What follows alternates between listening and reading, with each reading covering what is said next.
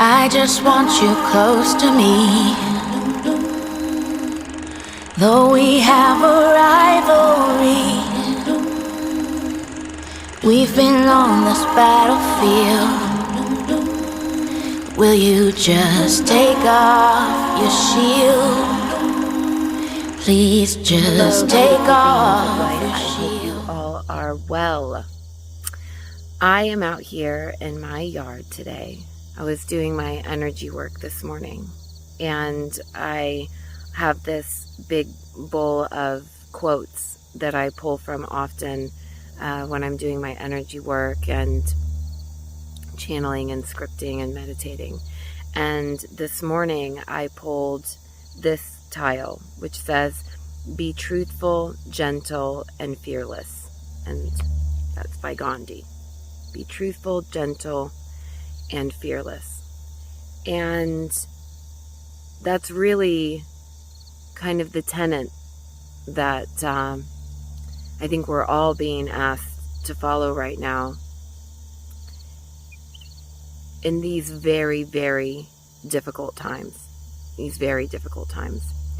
And I think, that's what my aim really is today, is to have a real talk conversation. In my own work, I'm often channeling from, a higher dimensional perspective.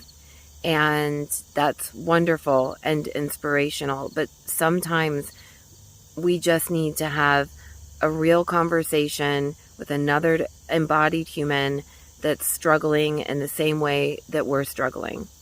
And that's what I offer you today, because I can tell you that we are all struggling at this time. We're struggling in these dysfunctional systems. And the entire point of Mercury retrograde, which we're just now coming out of, was to, in the archetypal energy of Virgo, was to look at the systems in our lives and collectively which have become dysfunctional. And all dysfunctional means is that it's no longer functional. It's no longer functional as it stands in the status quo. And Virgo especially, and this, I'm sitting in this new moon energy, which we're also going to be experiencing, and what will set us forward for the next 28 days. Okay, so it's extremely pivotal time right now that we're in, because the retrograding energy, this slowing down that we were experiencing with this Mercury retrograde, was to allow us to look at the systems in our lives, whether that be how are we in relationship to our own microbiomes, our own bodies, because Virgo goes very down to a microscopic level. The systems of our family units, the systems of our relationships, the systems of how we're feeding our minds, our environment, all right? All the way down from the very smallest system to the largest, most macro system, collectively and galactically. And these systems are breaking down. They've become dysfunctional. And no one is immune to this. In my own personal life, all of my systems have changed. All of them. As most of you know, I was diagnosed with breast cancer a few months ago. And so I have been asked to change every single system in my life. And I've taken it on, and I've taken it on with gusto and with fervor, but it's been the most difficult thing that I've ever done. And not simply from the aspect of the, getting used to the supplement regime, or testing my blood, or the pain that comes with fasting or detoxifying. not simply with that, but with my own way of life, and I believe I know many of us are experiencing this squeeze where the status quo just isn't cutting it anymore. It's not that we are even in too much pain to continue with it. It's no longer available to us. So I can give you an example of that. I am a single income family, a fixed income family, of disability income. And when you are in that system, you are expected to treat a certain way. You're expected to feed the system, the Western medical complex, and you're expected to get in line with that system.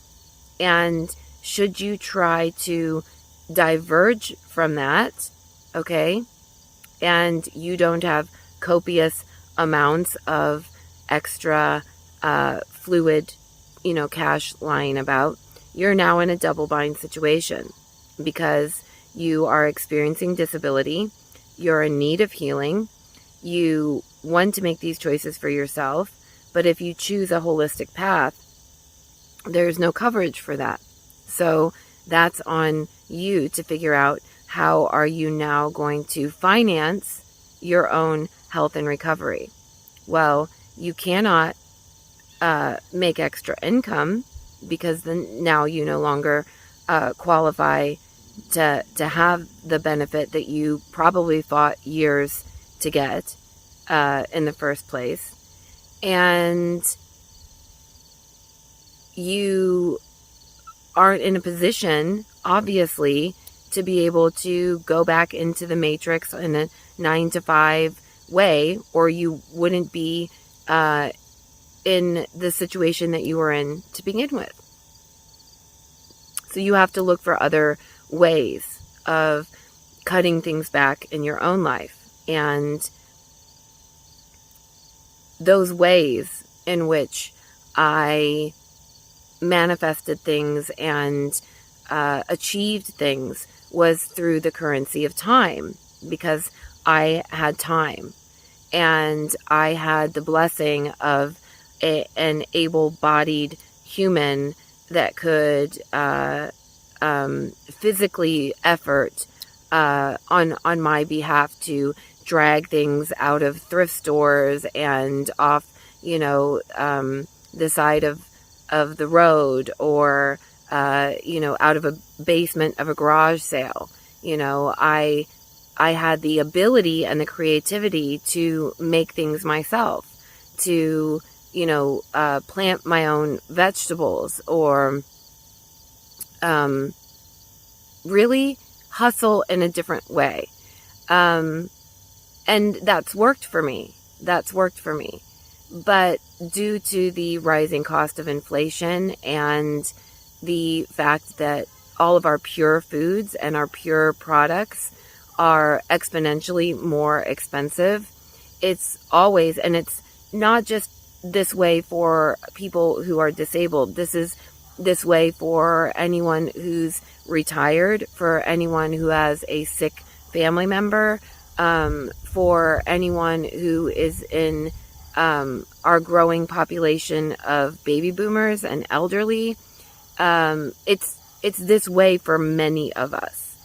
And you add to that the fact that, it's not only myself in the family who has these extra needs. I also have a child with special needs.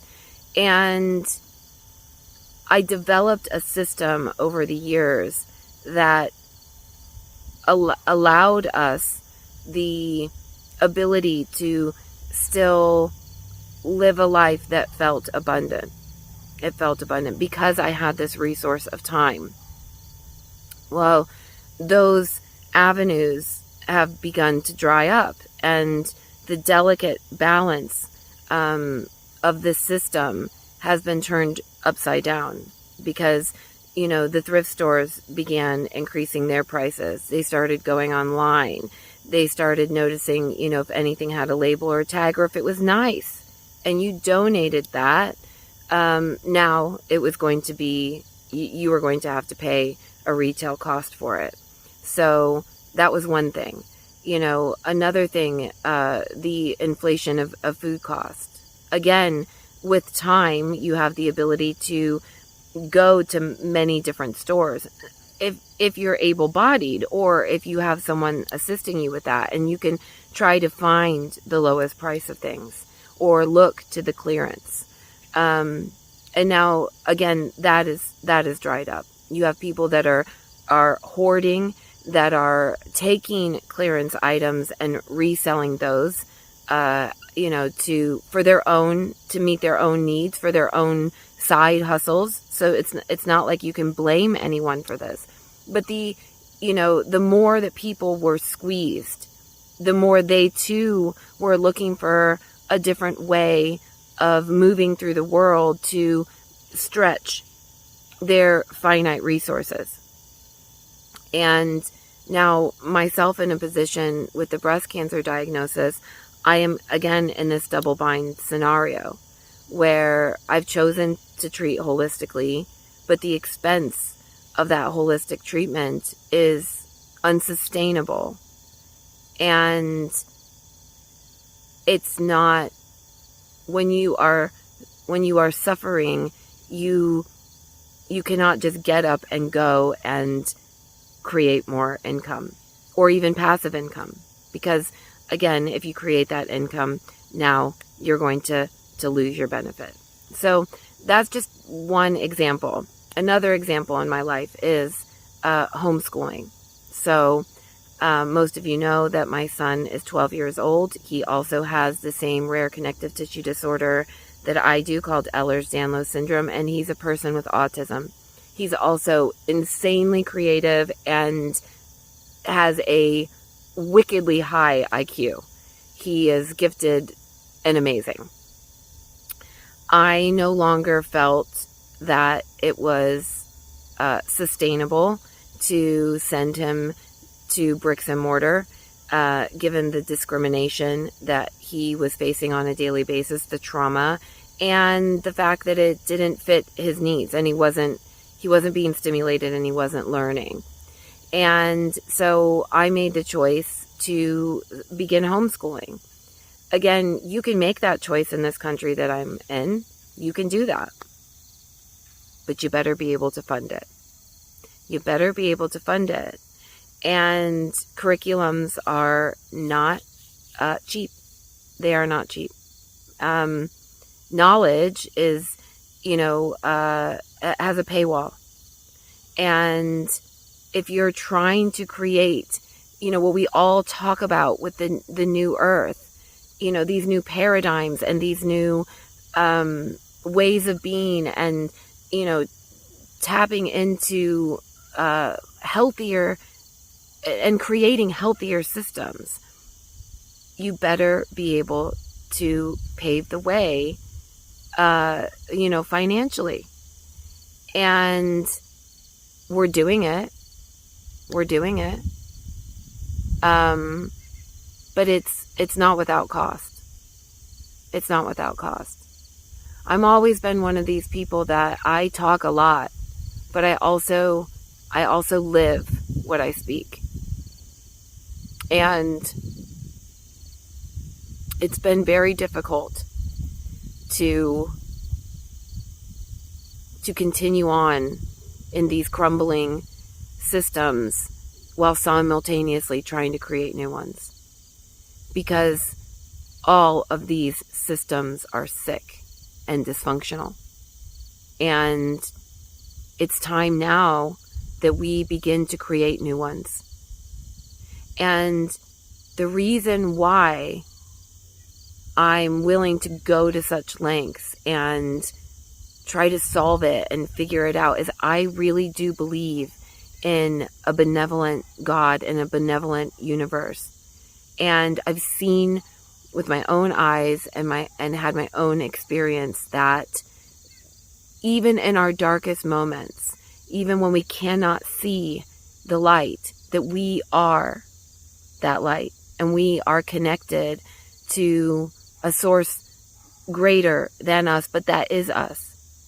And that we will be taken care of. And that faith and that hope and that love has buoyed me these last 8 years. And I wouldn't trade it for anything, because I'm happier now than I've ever been in my entire life. And it's not because I have a perfect life. My life is not perfect. And I'm dealing with difficult things every single day. But I am happy, even amidst all of that. And that's where we are the operant power. Okay? That's where we are the operant power. It's the perspective that we have control over. It's the belief in a benevolent God, in the fact that the world is always working to our advantage. That's where we get the control. And I think it's really toxic in the spiritual communities, this hyper focus on the law of attraction or the law of mirroring or the law of coherence. I think it's very toxic to only focus on that aspect, because there are many laws of the universe. There's many. And they're all synergistically working together to co-create the experience that we're having.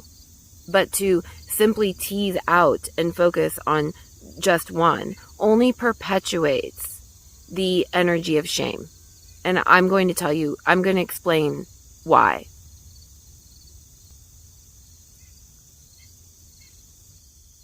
I have seen over and over and over again in manifestation discussions and groups and everything else, where there are humans suffering, looking for answers, asking for advice, and they're simply told, well, you created it. Somehow you created it. You created it. You need to get yourself out of it. And if you're not consciously creating it, you're doing that subconsciously. And that's the only answer. You just need to go harder on your affirmations, go stronger on your self-concept. And while that's valid and true, there's more than just one law to the universe. And it serves to perpetuate the shame, the same shame that many people experienced under dogmatic religious templating. And so the abuse and the shame and the guilt that they felt inside has now just been transferred from one paradigm to another. Yes, it must be my fault. It must be my fault, and yet I still don't know how I created it, nor do I know how to fix it. I'm just going to go harder, write more, script more, affirm more, meditate more. Well, that's not the whole story. You are not a singular being separated in a singular universe. You are connected to everything, and it is connected to you. And you have a universe inside of you, as within, so without, as above, so below. More universal laws that I'm talking about. The law of polarity. Many times people don't understand that the reason they've attracted in, or are coherent or resonant with something is not because that thing that's being mirrored to them is what they're displaying and what they need to look at. It's because it's the polarity. It's the opposite, and the opposite is the same. And it may mean that they need to come more to the center, and so does the other person, place, or thing. There are pre-birth contracts. There are karmic experience. There are so many things in our blueprint that to simply focus on, well, you created that, and that's why you're experiencing it. I've seen and witnessed so many damaging concepts, that me, myself, being born with a rare genetic condition, I must have done something bad in my past life. I'm going to tell you something, that many people born with disabilities, many people born with neurodiversity, with various different intellectual challenges are angels. They're earth angels. And they've taken this on as their mission and experience. And to shame someone for simply being born the way they were born is toxic. It's dysfunctional. It's dysfunctional. I had so much shame about the cancer diagnosis because I read every day that, so-and-so was really mean and bad to me. And you know what? 3 months later, they got cancer because they're so sick and angry inside. What an awful judgment to pass upon someone. We don't know most of what we think we know or why it's happening. And to say that it's a singular root cause for anything is spiritual ego. And it only serves to harm the people that are already suffering. I am a keeper of confidence. I keep the confidence in the line of work that I do. I keep the secret and confidence of many, many people. And I can tell you that they are all suffering with shame because they feel that if they're not living a perfect life in some way, or if there's dysfunction in their life, they're failing. You're not failing.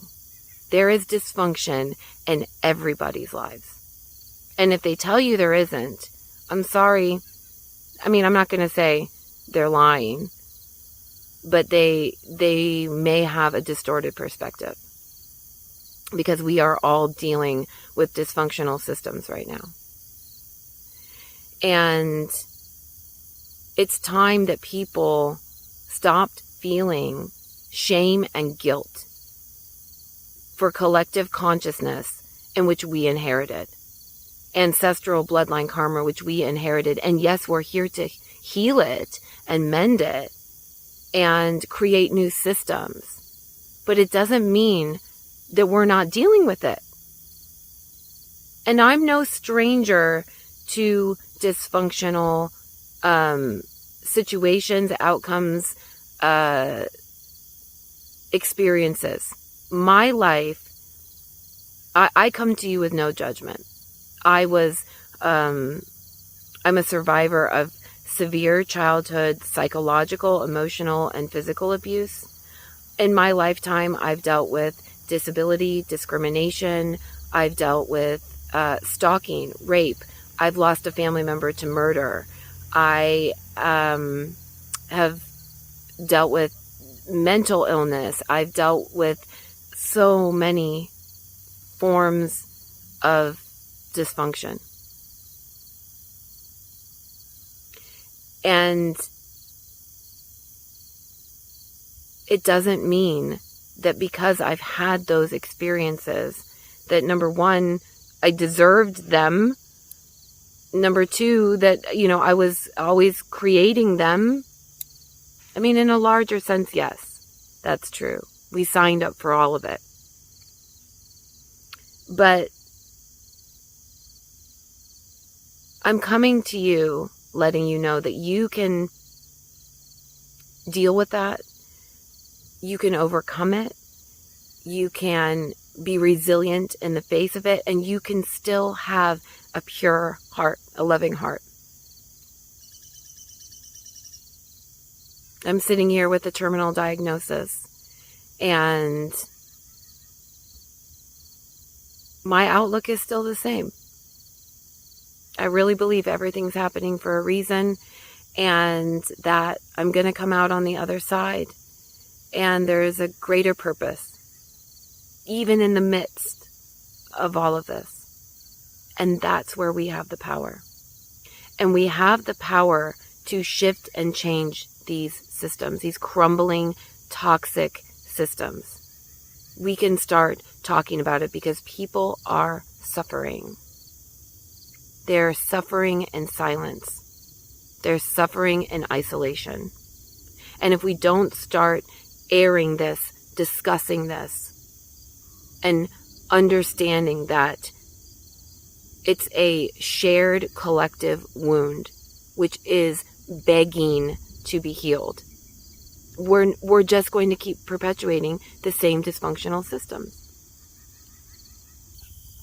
So, as we sit in this this new moon energy, this blueprint that's going to move us into this next 28-day cycle, coming off the heels of this retrograding Mercury energy,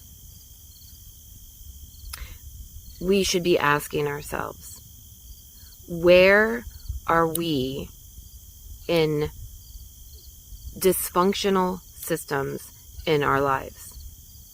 And how can we make micro changes to those systems? Where are we out of sync or out of harmony or symbiosis with our bodies, with what we're consuming, with our environment, with the thoughts and ideas of our minds?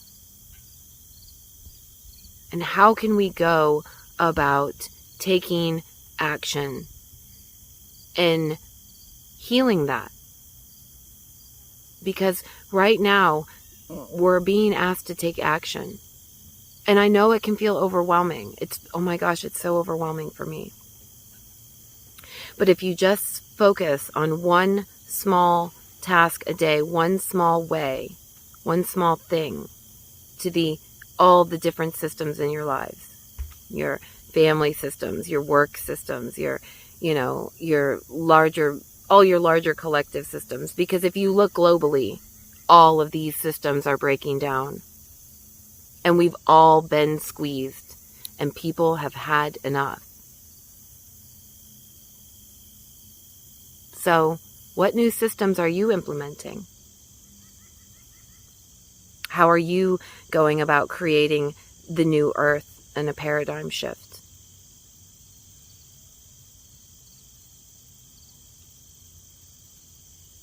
What do you believe about the nature of our reality? Where are you shaming yourself? Where are you expecting perfection?